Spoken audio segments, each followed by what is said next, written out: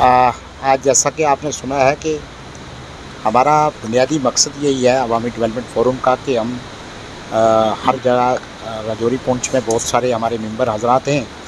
बहरहाल बदकिस्मती ये है कि हम हक़ को हक़ अभी तक नहीं कह सकते। यहाँ पर सबसे बड़ी प्रॉब्लम ये है कि हमारा जो गरीब तबका है दूर दराज का, चाहे आप मंडी ले लें, सब्जियाँ लें, लोरन लें, अड़ाई लें, चिकड़ी बन लें या दड़ा फतेहपुर, साथरा लें, गली पिंडी वगैरह बहुत सारे गाँव ऐसे हैं। यहाँ के जो लोग हैं वो लेबर है, बैरून रियासत जाके ये लोग मज़दूरी करते हैं और इनके जो बच्चे हैं वो आला तालीम तक नहीं पहुँच पाते और अगर पहुँचते हैं तो कहीं मौका नहीं मिलता और बहुत सारी प्रॉब्लम है इनके।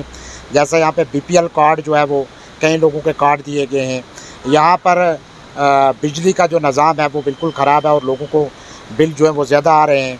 पीएचई की स्कीम जो है वो कई सालों से टेंडर के नाम पर यहाँ पर वादे होते हैं लेकिन ग्राउंड लेवल पे कोई पाइप नहीं है। इसी तरह से बाकी बुनियादी सहूलियत जो है वो इन लोगों तक नहीं पहुँच पा रही है और अगर कहीं प्रोग्राम होता है या किसी जगह पे भी तो ये जो आम गरीब तबका है या नौजवान तबका है इनको ये मौका नहीं मिलता कि वो अपनी बात रख सकें। और आज मैंने समझा कि हम गैर सियासी, अगर ये किसी पॉलिटिकल मीटिंग में बोलेंगे तो उसको सियासत समझा जाता है, अगर किसी डिप्टी कमिश्नर साहब के दरबार में अगर ये बात करते हैं तो मौका बहुत कम होता है।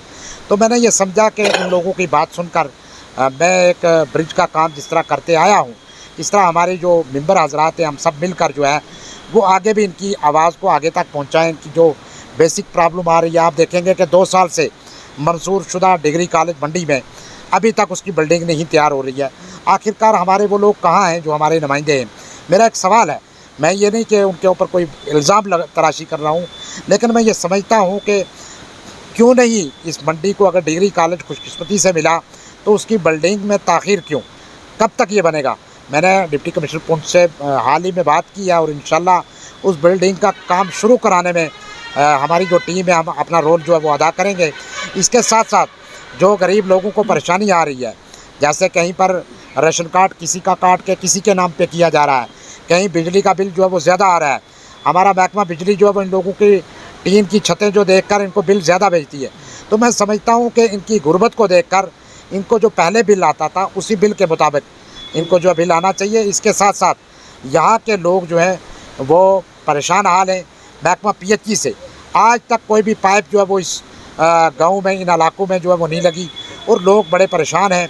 तो मैं समझूंगा ये टेंडर कब तक होते रहेंगे जो है इनको जो है वो पाइपें लगेंगी।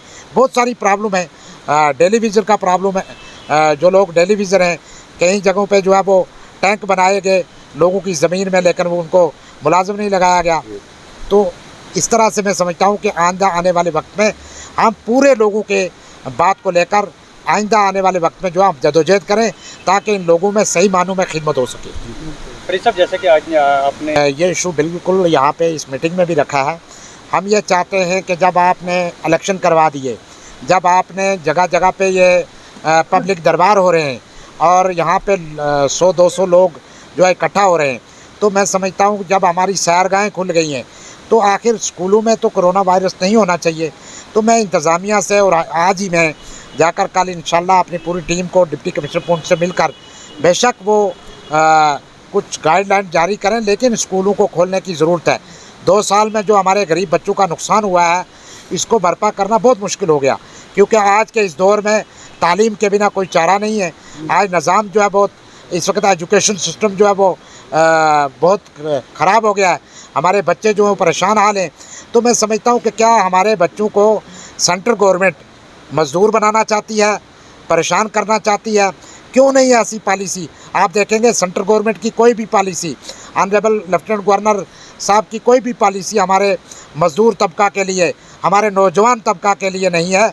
तो हम चाहते हैं आज के इस इजलास की वसातत से कि एक ऐसी पॉलिसी बनाई जाए, इन हमारे नौजवानों को प्राइवेट कंपनियों में लगाया जाए, हमारे स्कूल, हमारे कॉलेज खोले जाएँ, हमारे स्कूलों में जो स्टाफ की कमी है उसको पूरा किया जाए ताकि हमारे बच्चे जो हैं वो आला तालीम तक जा पहुँचे। देखा जाए तो मैं वक्तन फ़वक्तन ARTO पुंछ से मुलाकात करता रहता हूँ, लेकिन ये सुनने को जो मिल रहा है मुझे आपसे भी और आम लोग भी मुझे कॉल करते रहते हैं, ये बदकिस्मती की बात है कि कोरोना के दौर में सिर्फ या स्कूलों में या कहीं कोई अच्छा काम कर दे, कहीं लोगों को 4 लोग बैठ के आपस में बात कर दें तो वहीं कोरोना दाखिल होता है।